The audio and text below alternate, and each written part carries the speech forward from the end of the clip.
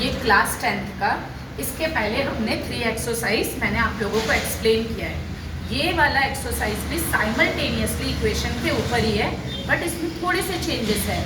देखिए अभी ये प्रैक्टिस सेट 1.4 में देखिए यहाँ पे 2/x गिवन है। x इस बार कहाँ है बेटा? डेनोमीटर में। उस x को न्यूमरेटर में हमें लाने के लिए क्या करना होता है? हमें इसे कोई ना कोई वैल्यूज पुट करके सॉल्व करना होता है। देखो 1/x को हम क्या लेंगे? a, देन 1/y को क्या लेंगे? b। ये लेट आपको ये लेना है पहले, उसके बाद इक्वेशन सॉल्व करनी है। फर्स्ट वन देखो 1/x को आपने a लिया है तो आपकी इक्वेशन क्या बन गई? 2a minus 3b is equals to 15। ये आ गई इक्वेशन 1। सिमिलरली सेकंड इक्वेशन में भी वही करना है। ये है 8a plus 5b is equals to 77।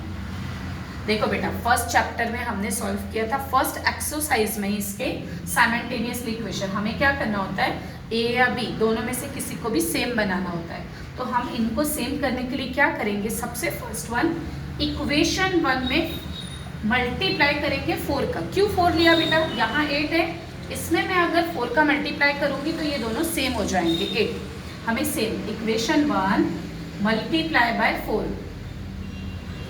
Okay देखो फर्स्ट इक्वेशन में मल्टीप्लाई किया आपने 4 का। 4 2 ज़ा 8, 4 3 ज़ा 12, 15 4 ज़ा 16 एंड सेकेंड इक्वेशन को एज अ सेम लिखोगे बेटा। अभी देखो सेकेंड रूल, अभी नंबर्स तो सेम हो गए बेटा, नंबर्स सेम हो गए लेकिन इनके साइन सेम है। हमें इनके साइन को अलग करना होता है। इसके साइन को अलग करने के लिए क्या करेंगे? Subtracting equation. हम सबट्रैक्ट करेंगे इक्वेशन 1 एंड 2 को बेटा।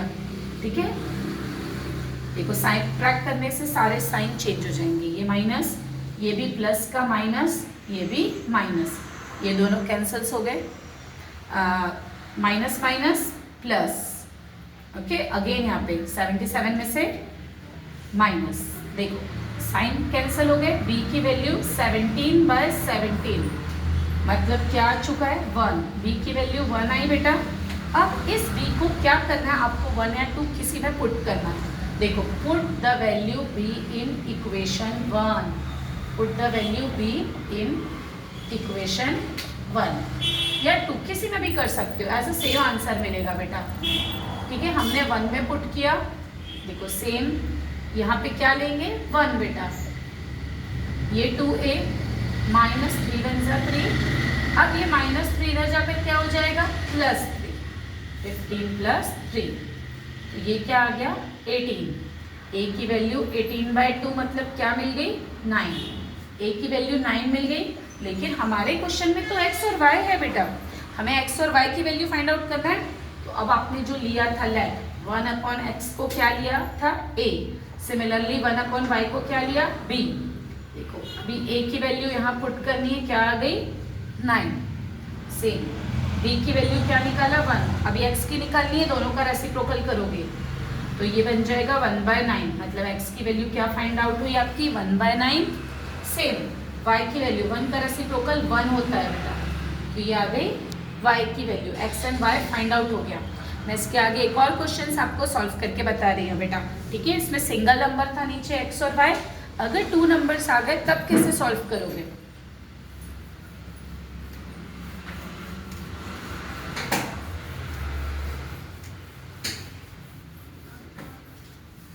टू नंबर्स के लिए सॉल्व करना है, उसके लिए भी मेथड सेम ही रहेगा बेटा।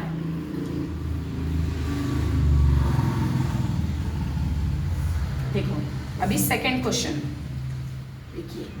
सेकंड क्वेश्चन में आपको गिवन है 15, यहाँ पे 10 गिवन है बेटा। फर्स्ट है 10x प्लस वाई प्लस 2x minus y is equals to में 4। ठीक है देन सेकेंड आपको गिवन है 15/x plus y minus 5/x minus y is equals to -2। देखो बेटा अभी नीचे डेनोमीटर में सिंगल x और y था, बट यहाँ पे डेनोमीटर में x प्लस वाई और यहाँ पे x माइनस वाई है। सेम वही करना है दैट आपको क्या लेना है? 1/x प्लस वाई पूरे को क्या पुट करना है?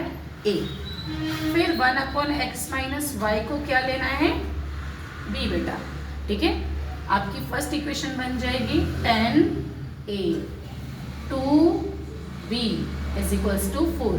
सिमिलरली सेकेंड इक्वेशन बन जाएगी 15a minus 5b is equals to -2। बेटा ये आ गई इक्वेशन 1 एंड 2।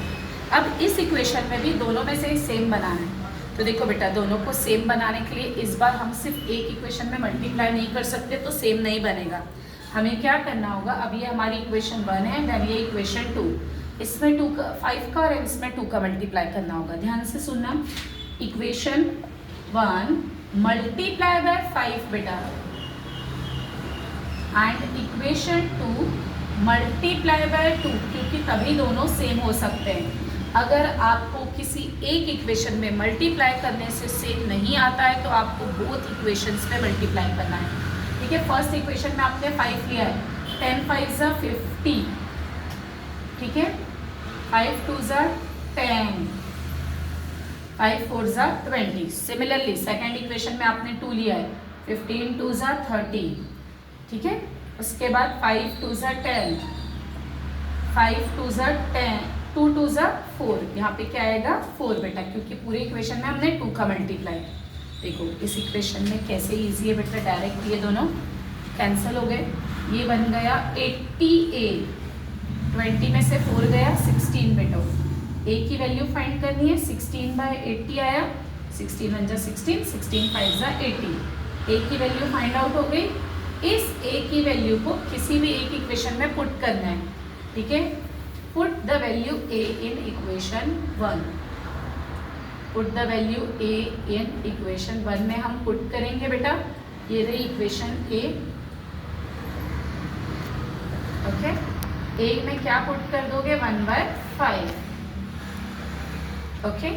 5 1 ज़ा 5, 5 2 ज़ा 10, ये 2 आ चुका है, 4, 2 भी एज द सेम, 4 माइनस ये प्लस 2 इधर जाकर माइनस हुआ है, 2b is equals to 2, b की वैल्यू 2/2 आ गई, मतलब क्या आ गया 1 बेटा, b की वैल्यू 1 आ गई।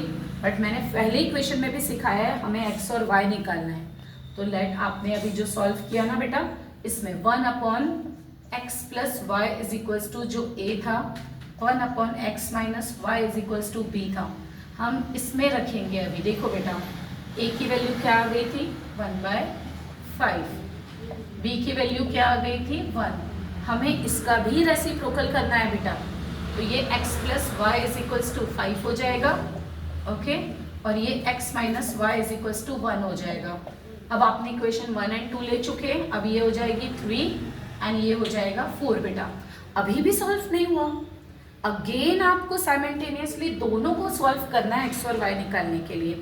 तो अभी दोनों को सॉल्व करने के लिए क्या लिखोगे, इक्वेशन 3 एडिंग इक्वेशन 4, ओके। दोनों इक्वेशन को ऐड कर दोगे बेटा, थर्ड एंड फोर्थ को। इस बार ये इक्वेशन 3 थी, ये इक्वेशन 4 थी बेटा, y y cancel, 2x is equals to 6, x की वैल्यू 6/2, क्या आ गई x की वैल्यू 3। इस x की वैल्यू को अब इन दोनों में से किसी एक में पुट करना है बेटा, put the value x in equation third. Suppose ये हमारी थर्ड इक्वेशन थी, इसमें हम x की जगह 3 पुट कर देंगे बेटा, तो y की वैल्यू क्या आ गई 2। ये x एंड y आपको फाइंड आउट हो गया।